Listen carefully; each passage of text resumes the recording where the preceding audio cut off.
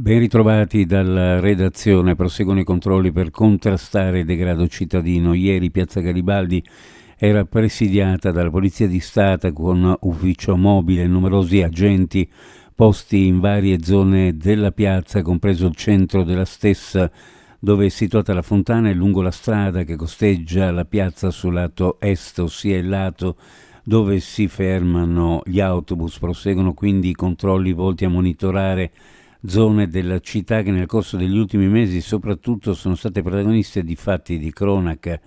In piazza Garibaldi si sono verificati episodi di violenza con il coinvolgimento di diverse persone da parte degli avventori in prossimità dei pubblici esercizi, degli esercizi commerciali ed artigianali che avevano portato all'emissione di una ordinanza contingibile ed urgente in vigore dal 1 agosto fino al 14 settembre. Perdurano, per cui si è resa necessaria una proroga fino al 1 novembre.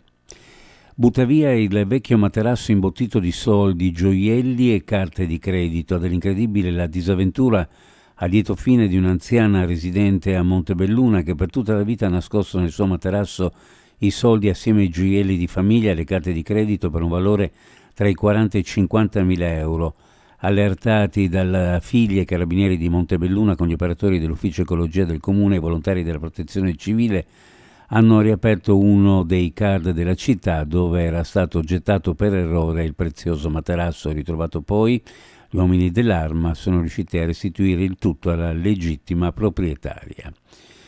Ci ha lasciato a quasi 82 anni, le avrebbe compiuti il 10 novembre, Marisa Bartoli, che negli anni 60 e 70, attrice cinematografica, teatrale, ma soprattutto televisiva, era apparsa in diversi sceneggiati.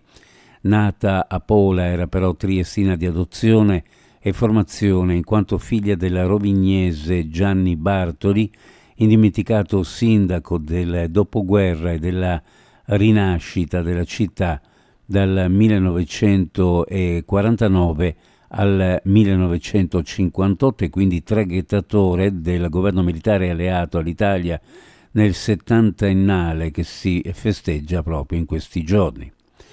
Dopo la pipa e il bastone, riposizionati alla statua di Umberto Saba, situata in via di San Nicolò a Trieste, la volta dell'amata libreria del poeta. Oggi alle 11 la comunità ebraica, la famiglia Cerne, comunicano che si terrà la cerimonia di riconsegna delle chiavi della libreria antiquaria a seguito della conclusione dei lavori di restauro. Nel pomeriggio, per rendere omaggio all'occasione, il Teatro Stabile del Friuli Venezia Giulia promuove una maratona di lettura del canzoniere di Umberto Saba. Uno sguardo alle previsioni meteorologiche: su pianure e costa cielo variabile o temporaneamente nuvoloso, in montagna dal poco nuvoloso a variabile per la presenza di nubi basse nelle valli e tempo migliore in quota.